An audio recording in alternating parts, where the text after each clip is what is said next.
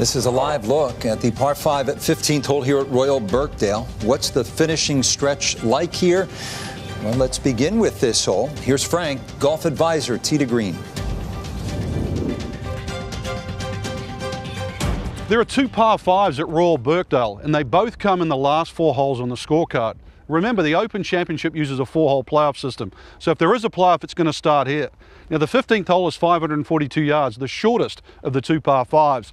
And our good friend in the pro shop, Brian, who's been here since 1980, well, his friends call him Hodgie, he calls this a thinking man's par 5. And when you look at it, it looks relatively straight. But it's anything other than that, it's certainly not straightforward. It doesn't matter which direction the wind is coming from, you have to consider one of those sets of bunkers. To carry the ones down the left, it's 260 yards. To get to the ones on the right, well, now you're into 300 yards. So either way, you have to really consider wind direction and the club that you're going to hit off the tee. Now that's just the start of it. There's another set of bunkers that start all the way up there. Remember, there is 15 bunkers on this par 5. So the next set started about 150 yards short of the green.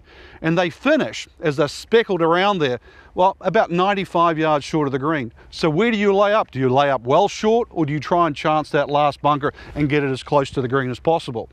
Well, if you've hit a couple of good shots on this par 5, then it does look straightforward. But let's go to the green because, well, that's a topsy-turvy one. It's hard to imagine they've already used 13 bunkers on this hole and not even reached the green. Now, there are 2 in the front, but speaking of the front here, notice the direct tilt from right to left. So if you're going at this par 5 and 2, or even in trouble with your third shot, you can use this right side and just funnel it back. Now, this green really is in 2/3. This front third here, it tilts this way, but it's still the flattest portion of the green. So most of your birdie and eagle opportunities are going to come when the pin's here. But it's a wonderful flow to this green. It's almost like an ocean with these sort of waves that go through. But you do have to be careful here. You don't want to get caught out. The little fingers in the back there, it's easy to drag one off the back there. And now you've got a trouble trying to chip back over this hill. Plus the ball can be pulled off down this left side.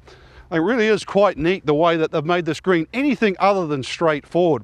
It's just a beautiful par 5, not overly long at 542 yards. But I did reference 15 bunkers. And it's so beautiful to see some of these traditional revetted faces. It's just a classic look. So 2 par 5s, as Frank said, in that finishing 4-hole stretch. 15 playing just a shade over par, 17 a quarter shot under par, 16 and 18 the 2 par 4s will make you work. In all, a solid closing stretch. It's such a cool finishing stretch. It's such a brutal golf course for the first 14 holes. It's nice to have a little bit of breather, but yeah, important to take advantage of it. And typically, I don't know, we're just going to see excitement. I mean, it's just I can't express how cool this golf course is. It's a tough stretch until you get to the 15th, and then obviously 15 and 17, depending on the wind, but they should be reachable most days, so you have a chance to get something back. You know, the par 5s are very clever designs. The green on 15 is pretty funky. You could have some really nasty pin positions if the R&A want to be like that. And then 17 again. Some of the guys, if they're long hitters, they're going to take it over the left, and they could hit they could hit mid-irons in there, or you're going to hit it down towards the right and traps and leave yourself a longer second shot. But then it's a really narrow green with a lot of trouble. So yeah, they are par 5s, and they give you a little bit of let up, but you still got to hit great shots.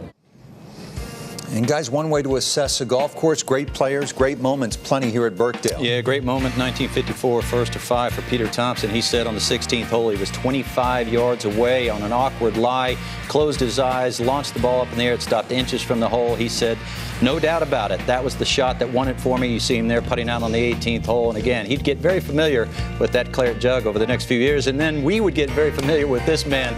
My goodness, here he is hitting the shot. It was the then 15th hole. It is the now 16th hole. The plaque on the right, it was at the bottom of a sand dune, buried in a blackberry bush, most of which came out on the shot in a divot. He knocked it up on the green. There's a plaque to commemorate that moment. And of course, he changed the Open, and so did that man change the world of golf. And maybe the greatest pitch shot anybody's ever seen.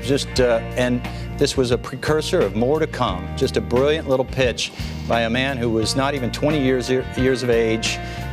He finished second to Johnny Miller that year, of course. We all know that. But it was more to come, so to speak. And then, of course, what Tom Watson says is one of, if not the best long iron he ever struck. And this was his last of 5 Open championships. He knew it immediately. He just hit this one right on the laser. What a great walk. What a great shot. What a great scene.